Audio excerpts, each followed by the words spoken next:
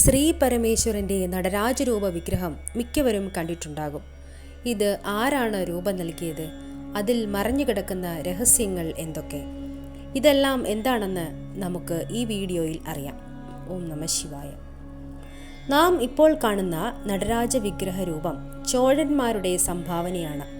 പാണ്ഡ്യരാജാക്കന്മാരിൽ ചിലർക്കും അതിൽ പങ്കുണ്ട്.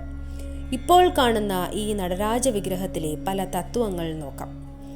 നടരാജരെ ചുറ്റിയുള്ള വട്ടത്തിലുള്ള ജ്വാല, ഇത് അണ്ഡബ്രഹ്മാണ്ഡത്തെയും അനന്തതയെയും സൂചിപ്പിക്കുന്നു. ഊന്നിയ വലതുകാൽ നിലത്തെയും ഉയർത്തിയ ഇടതുകാൽ ജലത്തെയും, കൈകൾ വായുവിനെയും തിരുജട ആകാശത്തെയും, ശിരസിന് മുകളിൽ ഉള്ള ജ്വാല അഗ്നിയെയും സൂചിപ്പിക്കുന്നു. തിരുജടയിലുള്ള സ്ത്രീരൂപം ഗംഗ, പിൻ ഇടത് കരത്തിലുള്ള അഗ്നി